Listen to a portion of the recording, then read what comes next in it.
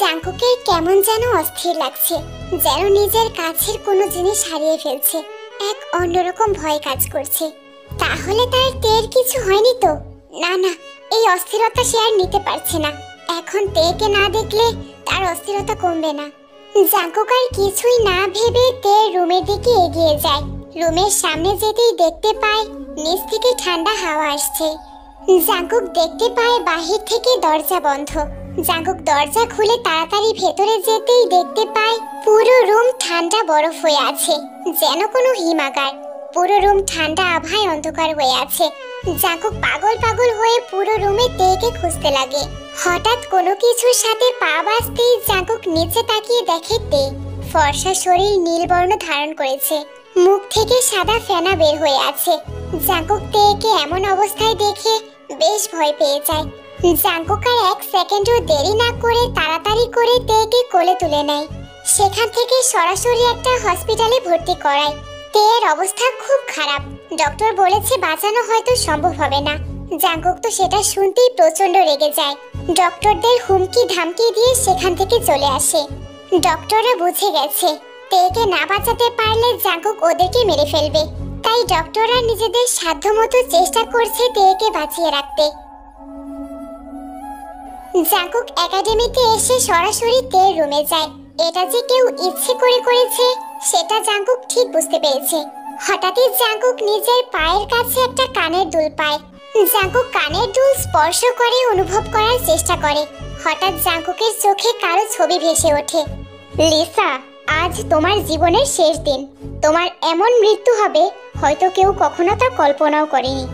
বেশ পুরাতন একটা অন্ধকার কারাগারে লিসার হাত পা রূপার শিকল দিয়ে বাঁধা।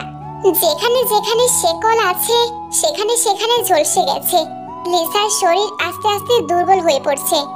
জাঙ্কুকের সেটা দেখে ঠোঁটের কোণে পৈশাচিক হাসি ফোটে। কি হলো সুইটহার্ট?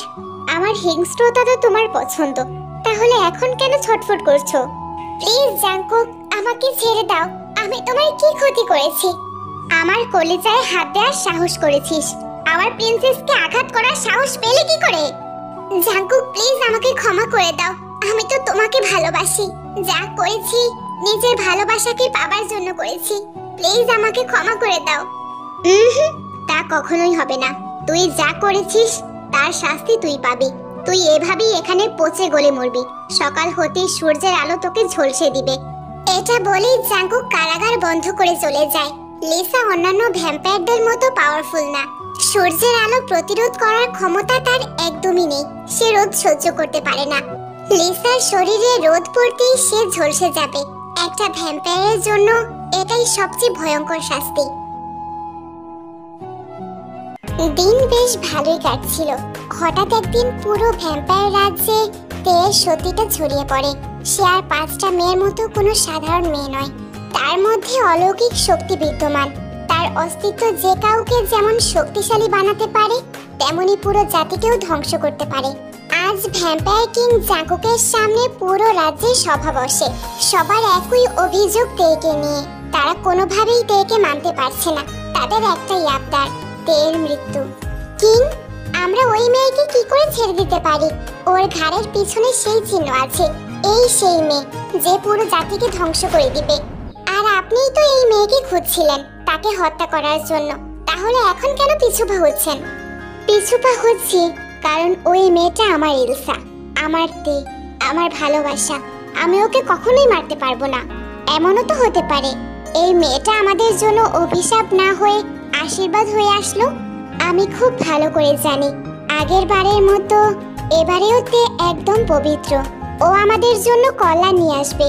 তাই সবাই দুশ্চিন্তা বাদ দিয়ে ওকে নিজেদের রাজ্যের রানী হিসেবে মেনে নাও, কারণ খুব শীঘ্রই ওকে আমি নিজের করে নিব। জিমিন গার্ডেনে বসে আছে। পাশেই এক ইংরেজ লোক বসা। দুজন বেশ হেসে হেসে কথা বলছে। লোকটি বারবার জিমিনকে ছোঁয়ার চেষ্টা করছে। কখনো জিমিনের গালে স্পর্শ করছে, আবার কখনো তার চুলে। ওই লোকের এমন স্পর্শ মোটেও সহ্য হচ্ছে না জিমিনের। তারপরেও সে সহ্য করে নিচ্ছে, কারণ সে সুগাকে দেখাতে চায় সেও অন্য কারোর সাথে ভালো থাকতে পারে। লোকটা আস্তে আস্তে জিমিনের একদম কাছে এসে তাকে জড়িয়ে ধরতে নেয়। তার আগেই কোথা থেকে যেন সুগা এসে হাজির। সুগা লোকটার হাত মোচড় দিয়ে ধরে, ডোন্ট টাচ হার। লোকটি সুগার রাগী দৃষ্টি দেখে ভয় সেখান থেকে চলে যায়। জিমিনও বেশ ঘাবড়ে যায়। কি করছিলে তুমি? আমাকে জেলাসি ফিল করার জন্য নিজের শরীরে অন্য কাউকে স্পর্শ করতে দিচ্ছিলে? এতটা নিচে তুমি কি করে নামতে পারো? আমার যা মন চাই তাই করব, তাতে আপনার কি? আমার যার সাথে ইচ্ছে তার সাথে যাব, যেভাবে ইচ্ছা সেইভাবে চলবো, আপনি বলার কে? জিমিন আর কিছুই বলতে পারে না। সুগার এক থাপ্পড়ে চুপ হয়ে যায়। জিমিন থ মেরে দাঁড়িয়ে আছে। এটা যেন সে কল্পনায়ও ভাবতে পারেনি। তার চোখ থেকে টপ টপ করে জল পড়ছে। সুগার এমন ব্যবহারে সে বেশ কষ্ট পেয়েছে। সুগার রাগের মাথায় কি করেছে নিজেরও ধারণা নেই। সুগার জিমিনের কাছে গিয়ে তাকে জড়িয়ে ধরে এক্সপ্লেইন করতে নেয়। তার আগেই জিমিন সুগার হাত ঝাড়িয়ে দিয়ে ফেলে দেয়। আপনি আসলেই জানোয়ার। আপনার সাহস কি করে হলো আমার গায়ে হাত তোলার? আপনি অন্য মেয়েদের সাথে যা ইচ্ছা তাই করবেন, তা কিছু না। I hate you, I just hate you. আপনার চেহারাও আমি কখনো দেখতে চাই না। কথাটা বলেই কান্না করতে করতে সেখান থেকে চলে যায় জিমিন। সুগার জিমিনের যাওয়ার দিকে অসহায়ভাবে তাকিয়ে থাকে। আজ সত্যি সত্যি সব শেষ হয়ে গেল। এটাই তো সে চেয়েছে। তাহলে এখন কেন তার এত কষ্ট হচ্ছে? সে যে জিমিনের চোখে ঘৃণাটা সহ্য করতে পারছে না। তার যে ভীষণ কষ্ট হচ্ছে। হয়তো এটাই তাদের শেষ দেখা। আর কোনোদিন হয়তো তার ছোট পইটাকে দেখতে পারবে না, তাকে ছুঁতে পারবে না, তার মুখের মিষ্টি হাসিটা দেখার সৌভাগ্য হবে না। তে ইলি লেকের পাশে পাহাড়ের উপর দাঁড়িয়ে আছে। চোখ মুখ অসম্ভব লাল আর ফুলে আছে। হঠাৎই চোখ থেকে এক ফোঁটা জল গড়িয়ে পড়ল। মানুষ ঠিক এতটা অসহায় শেষ সময় হয় যখন সে নিজের কাছের কারো কাছ থেকে ধোঁকা খায়। নিজের কাছে কেউ তাকে নিঃস্ব করে দেয়। তের সাথেও তাই হয়েছে। জাঙ্কুক তাকে ধোঁকা দিয়েছে। জাঙ্কুককে সে ভালোবেসেছিল, কিন্তু জাঙ্কুক তার সাথে শুধুই ভালোবাসার নাটক করে গেছে, শক্তি আর ক্ষমতার লোভে। সে শুধু তাকে ইউজ করে গেছে, এখন তাকেই খুন করতে চায়। নিজের প্রতি তের বেশ তাচ্ছিল্যের হাসি আসছে। সে খেলনার পুতুল। সে যাকে ভালোবাসে সে তো কোনো মানুষই না, সে তো একজন ভ্যাম্পায়ার, এক জানোয়ার। তার খাদ্যই তো মানুষ। নিজের প্রতি তের বেশ ঘৃণা হচ্ছে। সে কি করে এমন সম্পর্কে কারো চালে জড়ালো? হঠাৎই পেছন থেকে জাঙ্কুক এসে তেকে জড়িয়ে ধরে, তার চুলে মুখ ডুবিয়ে দেয়। তোমার এই গায়ের সুবাসই তো আমাকে পাগল করে দেয়। এই সুবাসী আমি নিজেকে হারাতে চাই। কথাটা বলেই তের ঘাড়ে বেশ কয়েকবার নিজে ঠোঁট ছোঁয়ায়। তে কোনো উত্তর দিচ্ছে না, তার চোখগুলো অসম্ভব লাল। জাঙ্কুক তেকে নিজের দিকে ঘুরিয়ে তের চুলে হাত বুলিয়ে দেয়। প্রিন্সেস, তোমার কি হয়েছে? কথা বলছো না কেন? জাঙ্কুক আর কিছু বলার আগেই তে রূপার ছুরিটা বের করে জাঙ্কুকের পেটে বারবার আঘাত করতে লাগে। রূপার ছুরি ভ্যাম্পায়ারদের জন্য মরণ অস্ত্র। জাঙ্কুক শুধু অবাক চোখে তের দিকে তাকিয়ে আছে। তার চোখে এই মুহূর্তে কোনো অনুভূতি নেই। সে তার প্রিন্সেসকে অচেনা রূপে দেখছে। তে এরপর জাঙ্কুককে দূরে সরিয়ে দেয়। I hate you, I just hate you. তুমি শুধুই আমাকে ঠকিয়েছো। তুমি ভ্যাম্পায়ার, প্রমাণ করে দিয়েছো। জানোয়ার কখনো ভালোবাসতে পারে না। But I always love you princess, love you forever. আমাদের আবার দেখা হবে প্রিন্সেস। আফসোস শুধু এতটুকু যে তুমি পুরো সত্যি না জেনেই আমাকে নিজের থেকে দূর করে দিলে। কথাটা বলেই জাঙ্কুক হাত ছড়িয়ে পাহাড় থেকে নিচে পড়ে যায়।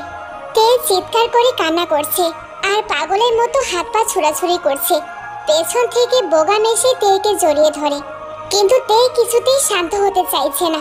বোগাম জোর করে তের মাথা নিজের বুকের সাথে ঠেকায়। কেন এমন হলো বলতে পারো?